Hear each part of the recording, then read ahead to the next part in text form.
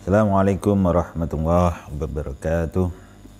Bismillah, alhamdulillah. Salatu wassalamu ala rasulillah wa ala alihi washabihi wa mawalah amma ba'dah. Subhanaka la ilma lana illa ma'allamtana innaka antal alimul hakim. Bismillahirrahmanirrahim. Kita lanjutkan lagi kajian kita kitab Uqudul Lujain halaman ke-8. Bismillahirrahmanirrahim.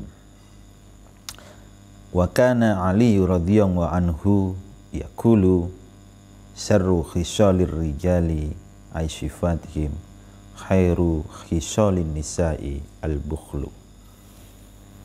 Wa kana, dan ada sapa Ali radhiyallahu anhu yaqulu, berkata sapa Ali, syarru khisalir rijali, seburuk-buruk sikap atau perbuatan laki-laki. Maksudnya di sini yang dimaksud ay sifatim, yaitu sifatnya rajul, tu khairu khisalin nisa'i, sebaik-baik sifatnya perempuan. Jadi di sini nanti akan dijelaskan ada sifat yang sangat buruk ada pada diri laki-laki, tetapi sifat ini menjadi baik ketika dimiliki oleh perempuan. Tidak pantas bagi laki-laki, tapi sangat pantas untuk perempuan. Ya. Apa itu? Yang pertama adalah al-bukhlu, atau bifathil ya'i, atau bifathil ba'i, al-bakhlu berarti dengan fathah ba'nya, wal kha'u, dan kha' al-mu'jamatu yang titik satu. Jadi dibaca kalau di sini al-bakhalu, atau bisa juga au bidhammin wasyukunin, atau dengan membaca dhammah wasyukunin dan sukun, seperti yang saya baca pertama tadi menjadi al-bukhlu. Jadi kata-katanya boleh dibaca bakhlu, boleh dibaca bukhlu. Maaf, bakhalu, dan boleh dibaca bukhlu. Wawa, yang dimaksud bermula bukhul itu man usyaili, menolak orang yang meminta, mimma, dari sesuatu, yafdhilu, yang merupakan lebihan. Jadi tidak mau memberi sementara barang itu ada pada dirinya. Ya, man usyail mimma yafdhilu.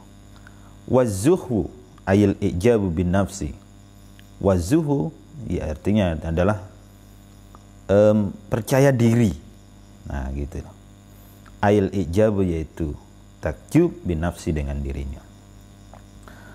Wal jubnu, dan takut.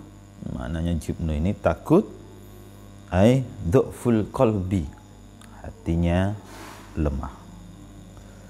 Fainal mar'ata, maka sungguhnya perempuan idza kanat, ketika ada siapa mar'ah itu bakhilatan, bakhil, hafidat, maka dia akan menjaga malaha, hartanya, wa mala zaujiyah, dan harta suaminya.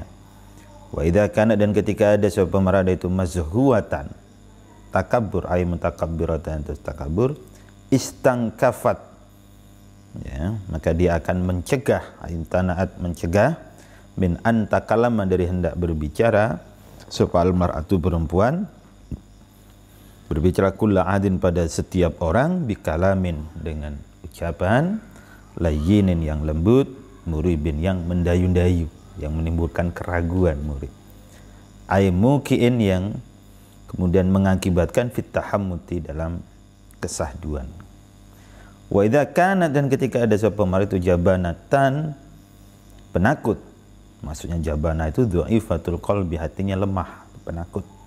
Wal afsahu, yang lebih fasih itu jabanun, lafal jabanun biduni ta'i, dengan tanpa ta. Ya. Farikot biqasri ra'i, maka dia akan khawatir, ay khafa, dia takut, min kulli syai'in, dari setiap orang, falam tahruj, maka tidak keluar, min baitiha, dari rumahnya, ay mahalli iqamatiha, yaitu tempat tinggalnya. Jadi saya jelaskan dulu. Ada tiga, setidaknya ada tiga di sini yang disebutkan sifat ini bagus bagi laki-laki. Sifat ini tidak bagus bagi laki-laki, artinya harus dihindari, tidak boleh ada. Tapi kemudian sifat ini juga harus ada pada perempuan. Artinya tidak bagus bagi laki-laki, tapi bagus untuk perempuan. Pertama apa? Bakhil. Nah, pertama kali bakhil. kenapa bakhil ini tidak boleh, tapi boleh untuk perempuan? Ya, yang menarik. Karena laki-laki tidak boleh bakhil, tidak boleh pelit. Laki-laki tidak boleh pelit. Dalam konteks apapun, Islam adalah agama yang banyak mengajarkan kepedulian sosial. Barangkali hanya di Islam saja yang ada ajaran sedekah, ada ajaran zakat, ada ajaran infak, wakaf, dan nafkah dan lain-lainnya yang dengan sebutan macam-macam itu. Ada ajaran untuk berbagi, menyisihkan harta yang dimiliki kepada orang yang lainnya, pada orang yang membutuhkan. Bahkan ada yang wajib yang disebut dengan zakat. Dari sekian banyak harta yang dimiliki atau yang dihasilkan oleh seseorang itu, ada sebagian lagi yang harus diberikan kepada orang lain. Nah, konsep seperti ini yang barangkali tidak ada dalam agama-agama lain. Konsep berbagi, zakat ini itu wajib. Yang sunnah ada sedekah. Ya, annama sedekatu tudfiul bala, salah satunya. Fadilah sedekah itu bisa menghilangkan bala. Dalam satu hadis bahkan dikatakan ada qadarullah, ada takdir Allah bahwa saat di hari tersebut seseorang akan mendapatkan bala. Di catatan di Lauhul Mahfuz, seseorang itu akan mendapatkan musibah pada hari itu. Tapi ternyata musibah itu bisa tidak terjadi, bisa dihilangkan oleh Allah ketika dia sebelumnya atau di pagi harinya dia bersedekah. Pagi-pagi dia sedekah, misalnya siangnya seharusnya terjadi bala, karena sedekah yang dilaksanakan di pagi tadi, maka bala yang akan terjadi di siang hari ini menjadi tidak ada, menjadi hilang. Karena itu di dalam menghadapi masalah itu sudah jelas dari pendapat banyak ulama mengatakan sedekahlah, sedekahlah, sedekahlah. Karena sedekah itu banyak membuka peluang-peluang, membuka peluang rizki, melancarkan silaturahmi, membuat orang yang tidak suka menjadi suka, dan juga sebagai bentuk kepedulian sosial dan segala macam lah. Nah, begitu. Maka Islam sangat melarang seseorang untuk pelit. Tidak boleh itu pelit. Ya, bakhil. Ya, seburuk-buruk sifat yang dimiliki oleh laki-laki itu bakhil. Dia tidak boleh pelit. Apa yang dia punya, kalau dia memang bisa membantu orang, silakan, harus dikasihkan, harus diberikan. Karena dalam rizki yang Allah berikan kepada kita selalu ada bagian untuk orang lain. Nah, begitu. Tapi kebalikannya ini yang menarik, bahwa sifat pelit ini justru harus ada pada seorang perempuan. Kenapa seperti itu dia perempuan harus pelit? Kalau perempuan pelit, maka dia tidak akan memberikan apapun yang dimilikinya, ada di dalam rumahnya, tanpa seizin suaminya. Ingat, konsep dalam rumah tangga adalah bahwa harta yang ada di rumah itu sepenuhnya menjadi hak suami. Ya.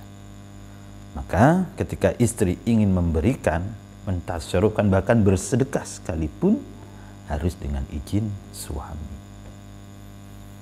Misalnya ada dalam sebuah rumah tangga, suami istri, suaminya sedang tidak ada di rumah, tiba-tiba datang orang ke rumah, minta membawa proposal, minta bantuan dana untuk bangun jalan, bangun masjid, bangun musola, bangun pesantren misalnya. Maka istri yang baik, walaupun ini alasannya benar ini, tapi sebagai istri yang baik, dia tidak akan mau mengeluarkan hartanya sebelum minta izin dulu dengan suami. Kenapa? Kalau ternyata dia kemudian mengeluarkan itu, maka boleh jadi ya, nanti suaminya yang tetap dapat pahala. Sementara istri yang mengeluarkan tanpa seizin suami, dia akan berdosa. Pahala untuk suami, tapi istrinya justru mendapatkan dosa. Karena itulah perempuan perlu pelit memang. Maka bahagialah laki-laki yang punya istri yang perhitungan. Ketika mau mengeluarkan sesuatu itu ya dengan banyak pertimbangan, karena memang seperti itu. Ya, memang seperti itu. Istri harus pintar-pintar memanage apa itu, mengatur keuangan rumah tangga agar kemudian tidak boros. Dan istri juga kalau memberikan sesuatu itu harus dilihat-lihat dulu. Dan yang paling penting harus dengan izin suami. Untuk perkara sedekah sekalipun yang baik harus izin suami. Apalagi untuk hal yang macam-macam, itu tambah lebih lagi membutuhkan izin dari suaminya. Nah, begitu. Jadi pelit itu tidak baik untuk laki-laki, saya garis bawahi lagi, tetapi dia baik bagi seorang perempuan. Karena dengan itu dia akan menjaga harta suaminya. Itu yang pertama. Yang kedua, az-zuhwu al-ijabu bin nafsi. Laki-laki harus punya rasa percaya diri yang tinggi. Dia harus berani. Ya. Bahkan ijabu bin nafsi itu dia harus kagum pada dirinya sendiri, tapi bukan berarti sombong yang berlebihan, tidak. Dia percaya diri gitu. Jadi ketika berada di depan umum, tampil segala macam, dia harus merasa bahwa dirinya memang bisa. Ya. Dia harus merasa bahwa dirinya itu memang hebat. Gitu. Dan itu sah-sah saja, tidak masalah. Ya. Yang tidak boleh itu kan sombong berlebih-lebihan, tidak boleh. Tapi ijabu bin nafsi, percaya diri, itu harus. Ya. Sehingga dengan seperti itu, ketika dia bertemu orang, dia bisa menyampaikan, dia bisa berbicara, dia bisa beraktivitas, dia bisa bekerja dan segala macam, tidak ada masalah. Tapi kebalikannya perempuan, dia harus tidak boleh punya rasa itu. Dia harus menjadi orang yang penakut. Ya. Dia harus menjadi orang yang minderan. Dia harus menjadi orang yang pemalu. Ya, perempuan harus seperti itu. Kalau laki-laki tidak boleh pemalu, perempuan harus menjadi seorang yang pemalu. Kenapa seperti itu? Bayangkan kalau perempuan tidak punya sifat pemalu, dia akan mudah bergaul dengan orang-orang, dia akan mudah bertemu dengan orang dan berbicara dengan orang, kemudian yang bukan siapa-siapanya, bukan muhrinya, bahkan laki-laki yang lain. Bahkan juga dengan bahasa kalamin layyinin murib, dikatakan ini bahasa yang sendu dan mendayu-dayu, seperti itu. Ini tidak boleh, karena kalau sudah menikah, maka kelembutan seorang istri itu hanya untuk suaminya. Apa yang ada di dalam seorang istri itu hanya untuk suaminya. Tidak boleh dia terlalu ramah dengan orang lain selain suaminya. Sekarang ini kan yang terjadi kan kebalikan. Di rumah dengan suaminya berantem terus, dekatan dengan kata-kata yang kasar, bentak-bentak. Tapi ketika ada orang lain yang tidak jelas siapa, tamu datang, kemudian dia bicara yang halus, lembut. Ada orang lain nelpon, dia bicara dengan halus, lembut, menggoda. Nah, ini yang mengakibatkan banyak terjadi permasalahan dalam keluarga seperti itu. Karena terkadang suami merasa tidak dihargai karena tingkah istrinya tadi. Ya, di rumah bicaranya kasar, di rumah bicaranya keras. Tapi giliran ada orang datang, ya, dengan yang entah siapa yang kita nggak ngerti, ya, dia berbicara dan kebalikan, penuh senyum, ya, dengan bahasa yang mendayu dan segala macam seperti itu. Karena itu memang perempuan harus punya pemalu, dia harus pemalu. Perempuan yang baik itu perempuan yang pemalu, tidak gampangan. Nah, begitu. Yang selanjutnya, wal jubnu, ya. Dan dia perempuan itu, laki-laki itu tidak boleh jadi orang yang penakut. Laki-laki tidak boleh punya sifat jubni, penakut. Ya, bahkan ada doa yang sangat masyhur dari Nabi, Allahumma inni a'udzubika minal ajzi wal kasali wal jubni. Ya Allah, aku minta perlindungan kepada kamu minal ajzi, dari lemah. Perempuan, laki-laki tidak boleh lemah, harus kuat. Ya. Karena laki-laki yang kuat itu lebih disukai. Dalam Islam pun seperti itu. Ya. Tidak boleh lemah, laki-laki harus kuat. Wal kasali, kita bermohon, kita berlindung kepada Allah dari rasa malas. Jangan sampai kemalasan terjadi. Nah, kalau udah malas itu ya sudah, tidak akan jadi apa-apa. Begitu.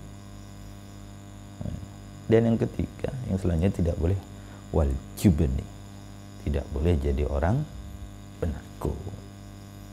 Laki-laki tidak boleh punya sifat penakut.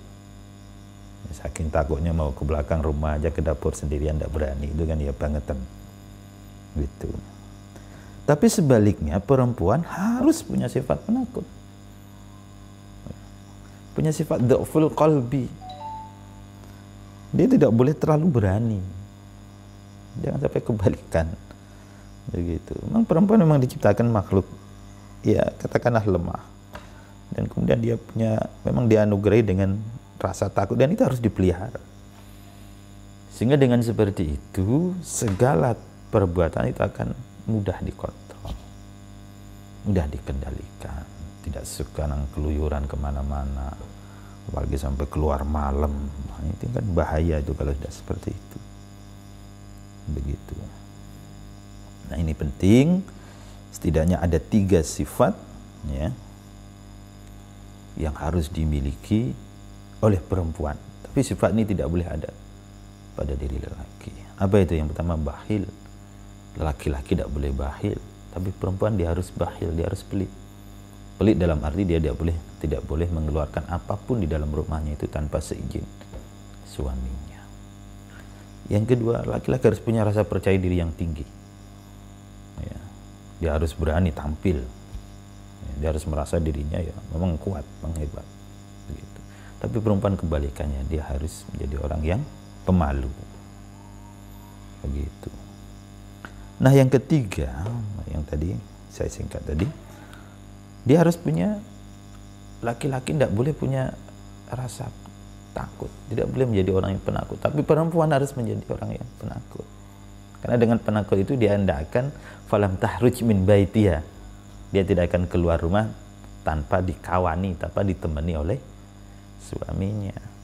Karena itu penting, tidak sebisa mungkin kalau mau keluar perempuan itu harus didampingi oleh suaminya. Gitu. Itu yang bagus. Bahkan sebenarnya dalam konsep rumah tangga itu dalam Islam itu sebenarnya istri itu bahkan sebaiknya di rumah saja terus. Ya. Lalu bagaimana dengan belanja keperluan ini, keperluan itu? Lebih baik laki-laki yang keluar.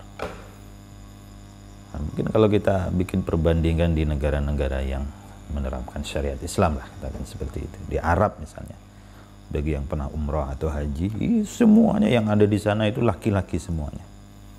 Yang kerja, yang jaga toko, yang belanja sayur, belanja roti sebagai makanan pokok, dan itu laki-laki semuanya. Ya. Perempuannya bagaimana? Di rumah, ngurus anak, ya kan begitu. Itu memang seperti itu. Ya. Jangan sampai perempuannya lebih berani dari laki-lakinya. Begitu. Nah itu. Yang selanjutnya, wa yambahi ayat lubulaha an ta'rifa annaha kal mamlukati, dan seharusnya ayat labu diminta laha bagi imra'ah an tu'rafa, untuk diketahui anna aslinya imra'ah itu kal mamlukah. Mamlukah itu seperti budak yang dimiliki, ail amatu lizauji, pada suaminya. Wakal ashiri al-ajizi fi yadir rajuli fala tatasharrafa ayatun fiku syai'in min malihi illa biidhnihi. Jadi bagikan perempuan itu bagaikan tahanan, ya, tawanan, ya. Katakanlah kalau lebih mempermudahnya, orang yang ditahan polisi, ya, dia kan masukkan ke dalam sel, kira-kira seperti itu. Ya, dia ditahan di sana. Bakal ashir, ya. Mana tadi? Bakal ashir ala ajizi fi yadir rajul, dia harus menjadi orang tua. Fala tatasharrafu an yatunfiqu fi syai'in min malihi illa bi, maka fala tatasharrafu, maka dia tidak boleh mentasyarrafkan, atau fala tatasharraf, dia tidak boleh mentasyarrafkan atau membelanjakan, tunfiku min syai'in, atau menginfakkan min syai'in dari sesuatu, min malihi dari hartanya, illa biidnihi, kecuali dengan seizin suami. Saya sudah sampaikan di awal tadi bahwa ketika perempuan ingin membelanjakan sesuatu, maka itu harus dengan seizin suaminya. Apalagi kalau sudah jelas posisinya bahwa yang memberikan uang itu adalah suami, yang bekerja itu suami, ya maka untuk keperluan apapun harus dengan seizin suami.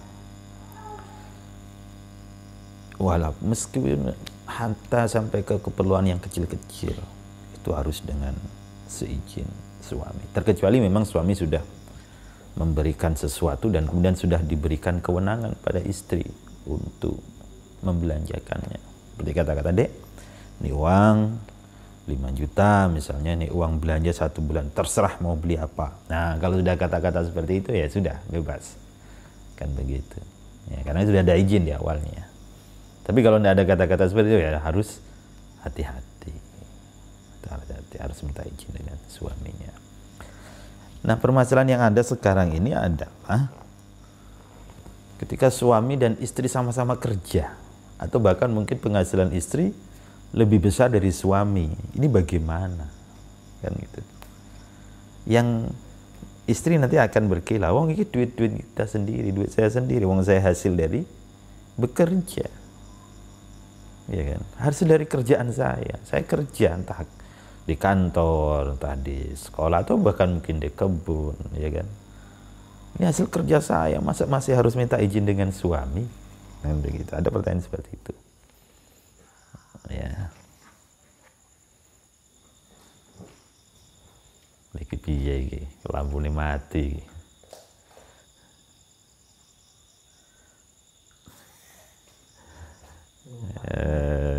Kita cukupkan dulu sampai sekian. Ini. Nah, kayak gini aja lah, dikit aja. Bagaimana dengan kondisi yang seperti ini? Maka tetap, karena ini sudah satu keluarga, berumah tangga, posisi suami adalah kepala keluarga, maka dia harus tetap dimintakan izin. Meskipun hasil itu hasil dari istri sendiri. Nah, terkecuali sudah ada perjanjian. Ada perjanjian bagaimana? Ya istriku, karena itu uang kamu, ya terserah kamu mau apakan. Yang penting urusan dapur aman. Ada seperti itu. Oke, la ba'sa, tidak ada masalah. Ya, maka di awal-awal itu sebenarnya sudah harus ada komitmen di awal. Istri harus ngomong dengan bang, ini saya kerja, saya nanti dapat uang. Saya minta izin dengan abang, uang ini mau saya gunakan untuk ini, untuk belanja segala macam. Oke, tidak masalah. Nah, yang jadi masalah tadi yang pertama tadi, suami yang ngasih duit banyak, ya kan? Seharusnya untuk ini tapi dipakai untuk yang lain, yang tidak boleh. Nah, begitu. Ya. Nah, memang ini untuk masalah nafkah ini memang kewajiban utama itu ya suami. Kalau ada perempuan yang bekerja dan kemudian menghasilkan uang, ya itu tidak masalah sih sebenarnya. Hanya saja kalau dilihat idealnya tentu ya suami yang kerja. Tapi dalam beberapa kondisi ternyata istri